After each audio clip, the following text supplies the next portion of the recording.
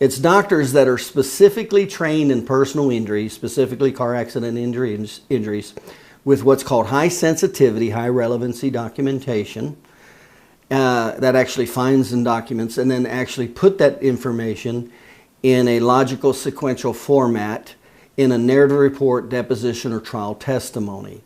This is the exact documentation that I used to never lose a case in court.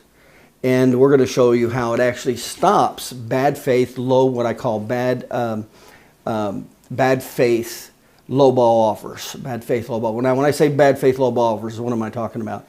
I'm not saying that every injury should be a policy limit award. That's not at all what we're talking about.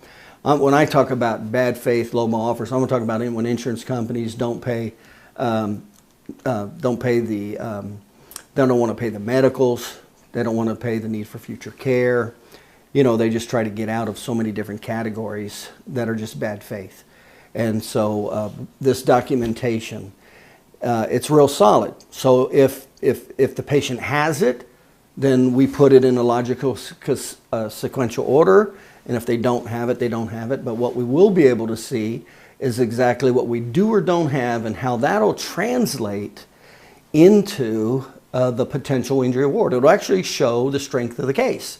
And one of the things that I always say is, one of the reasons I never lost in case using this documentation is because I knew when not to go to court. That's just as important.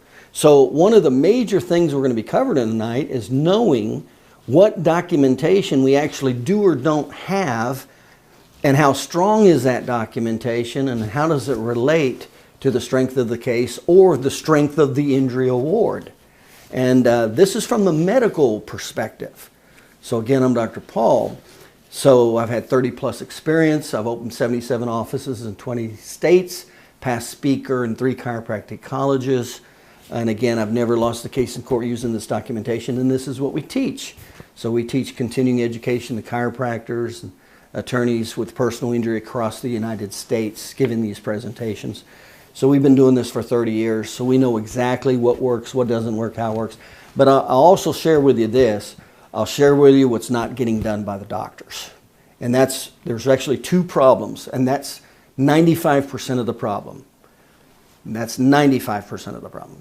5%, which is a real small part of the problem, is when the attorney actually gets good, strong documentation to actually go for the injury award and not just cave, to be honest with you. I found that to be very rare, though. Most attorneys I found, when they have good, solid documentation, well-rounded, that covers all these categories, that they don't cave. They actually demand, and we're actually going to go into the formulas that not only qualify something, what we call good, strong case, but then how is that transferred into the formulas of injury awards. So to know what to ask, because that one thing is knowing how strong of a case you have. The next thing is well, how much should we ask? Those are 2 big questions. Well, we're going to cover those tonight. We're going to go in great detail, as a matter of fact.